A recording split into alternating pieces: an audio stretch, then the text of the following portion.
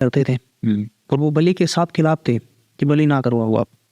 वहाँ पे आज भी लगती है क्योंकि देवी है वो। जी। हाँ, तंत्र में तो दी जाती है, तंत्र में बलि हर चीज की लगती है। बलि आप ये ना सोचो कि जानवर की दी जाती है, नींबू की भी बलि दी जाती है, फल की भी बलि दी जाती है। मतलब एक ऐसे सीधे काटना, हाँ, माता को भोग चढ़ाने के लिए ऐसे सीधे काटना, उसकी बलि हो गई। एक सब्जी काटते हुए धीरे धीरे वो अलग हो गया। नारियल के तो हमने सबने देखा है, नारियल को हम सीधा फोड़ते हैं, एक तरीके की बलि है, बस वो सात्विक है या फिर मैं कहूँ ऐसा है। एक ना आप बलि की बात कर रहे हो तो बलि के बारे में मैं थोड़ा ऐसा डिस्कस कर लेता हूँ। वैसे तो आजकल ना देखने को बहुत ही कम मिलता है कि इंसानों की बलि दी जाए। जानवर की देखिए, सब्जियों की देखी, या फिर फल फ्रूट जो भी होते हैं इन सब की हमने देखी, आपने बताया। बट अभी ऐसा बहुत कम देखने को मिलता है, होता नहीं है, होता ही नहीं है। इंसानों की बलि का काम काफी टाइम, मतलब सदियों पहले चीजें बंद हो गई। पहले लगती थी राजा महाराजे के टाइम पे इंसानों की बलि, देवी को खुश करने के लिए, या किसी से जंग लड़ने जाना है, जो उग्र देवी है। हर देवी देवता को उग्र रूप है, काल का उग्र रूप है, काल भैरव उग्र रूप है।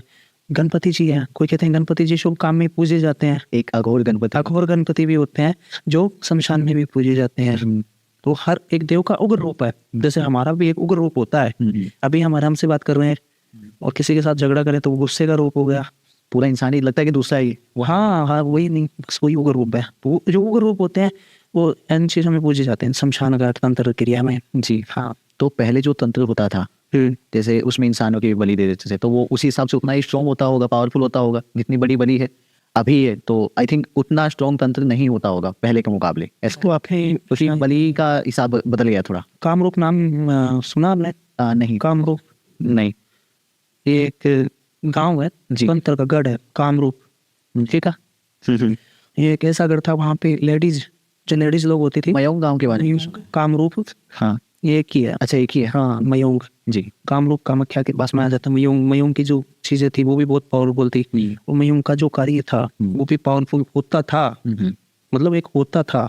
अब नहीं, वहां से विलुप्त हो गया वो, इसलिए कि वहां पे जो लेडीज थी, वहां पे किसी व्यक्ति को नहीं रखते थे वो, जेंट्स को, सब लेडीज ही रहती थी। और उनको इतना पावरफुल तंत्र करना आता था कि अगर कोई बाहर का व्यक्ति आया तो उसको कबूतर बना लेते थे। कबूतर बना के वश में कर लेते, पिंजरे में डाल देते, उसके साथ संबंध बनाते वो। तो लेडीज इच्छा तो सभी की, उसके साथ संबंध बनाते वो, ऐसे ऐसी चीजें करते, क्योंकि तंत्र में ये सब कुछ वर्जित है। अभी वर्जित है सब। हाँ, तंत्र में सब वर्जित है। वो चीजें वहां से विलुप्त हो गई क्योंकि वहां की लेडीज ही करती थी कामरूप गांव के अंदर।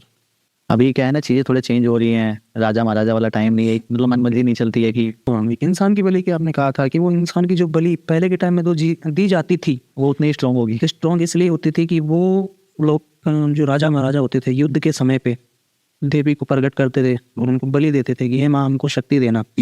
और उन्हीं के जो पास में तांत्रिक से रिलेटेड तांत्रिक या पंडित होते थे, उनको वशीकरण जैसी भी क्रिया करनी आती थी, जिससे उनके सैनिक मतलब मर मिटने के लिए तैयार हो जाते थे।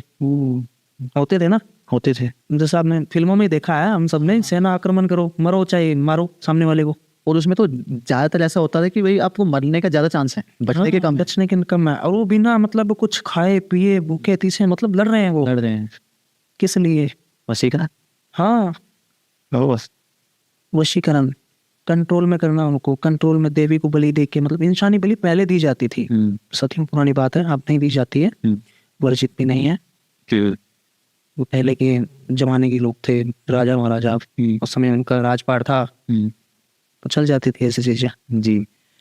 ये उनके ऊपर वशीकरण करते थे वो पहले, पूरी सेना के ऊपर, क्योंकि वो उनके आसपास में रहते थे, खाने के अंदर सब कुछ डाल के दे देते, मिला, हाँ खाने में मिला के दे देते, उसी की बात सुनते थे वो, बस पीछे नहीं हटना, युद्ध से पीछे हटना ही नहीं। हार गए हैं, सामने दिख रहा है कि मरेंगे सभी, मर जाना है पर रुकना नहीं है। ये चीज़ भी पॉसिबल है कि स्टॉक मार्केट में हम इन चीज़ों का किसी भी तरीके से यूज़ करके अपना बेनिफिट कर पाए, पता लग पाए कि भाई किस कंपनी के शेयर खरीदने चाहिए, कहाँ पे इन्वेस्ट करना चाहिए, कहाँ पे नहीं, किसी तरीके से निश्चिंत रूप से पता लगवा सकते हो आप। होता है इन चीज़ों का पता, मैं बता देता हूँ, गाइड देता हूँ। जैसे किसी को नंबर चाहिए सट्टे के, मैं 3 नंबर देता हूँ, सट्टे के नंबर 3 देता हूँ, 3 में से कोई भी नंबर आ जाते हैं। एग्जैक्ट नंबर नहीं बताता हूँ मैं कि यही निकलेगा। अगर मेरे को ये सब कुछ पता होता तो मैं आज यहाँ थोड़ी बैठा रहता, मैं खुद करोड़पति बन जाता, क्योंकि हर रोज सट्टा ही लगाता मैं, फिर क्यों करता।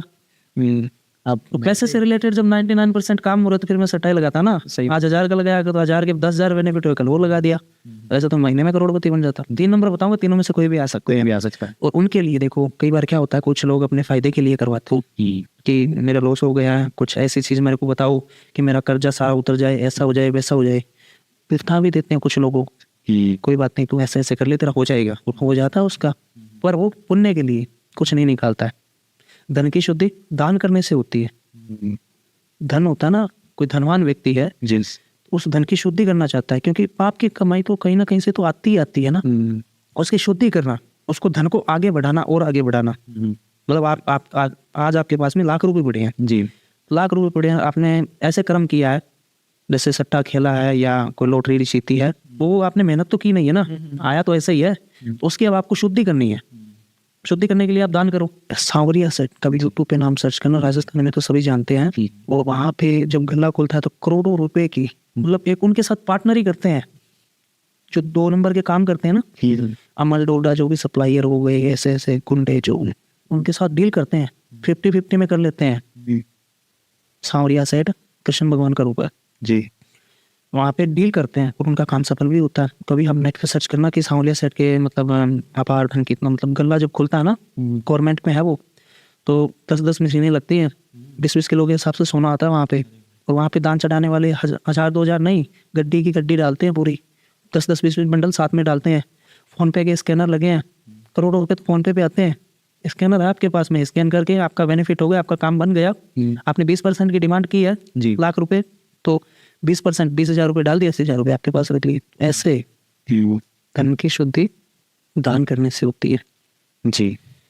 कृष्ण जी, काफ़ी सारी बातें हमने की, काफ़ी अलग अलग टॉपिक थे, हर चीज़ को आपने बखूबी बताया, बहुत अच्छे से बताया। और हमारे जो भी व्यूअर्स हैं, जो भी लोग हमें देख रहे हैं, उनको इतना समझ में आया होगा कि पावर कितनी इन सब चीज़ों में, और साथ ही साथ इन चीज़ों से हम कैसे निजात पा सकते हैं। अगर हमें कुछ प्रॉब्लम है तो क्या सोल्यूशन हमें मिल सकता है, क्या करना चाहिए और क्या चीज़ें सबसे ज़्यादा नहीं करनी चाहिए, इन चीज़ों के बारे में हमने डिस्कस किया है, किन चीज़ों का ध्यान रखें। बिल्कुल। देखो मैं आपसे एक ही कहना चाहता हूँ कि जो भी चैनल पे जुटे हुए हैं आपके, जिनको जो पूछना हो वही व्यक्ति अपने पास संपर्क करें। क्या पता, कई बार क्या होता है मेरे साथ कि ऐसे लोग फोन करते हैं, गुरुजी हमारी बकरी खो गई है, बकरी बताओ। गुरुजी हमारा 5 रुपए का सिक्का गुम गया, गुरुजी हमारी 100 की नोट गुम गई है, गुरुजी हमारे घर से गिलास लेके कोई उठा के लेके चला गया। ऐसे ऐसे लोग फोन करते हैं, ऐसे लोग मेरे को फोन ना करें। जिसको कोई अर्जेंट काम हो, सच में कोई काम करवाना हो या कुछ पूछना हो, कुछ जानकारी लेनी हो, तो मेरे को जरूर कॉल करें और मेरे से पूछें, मैं जरूर बताऊंगा।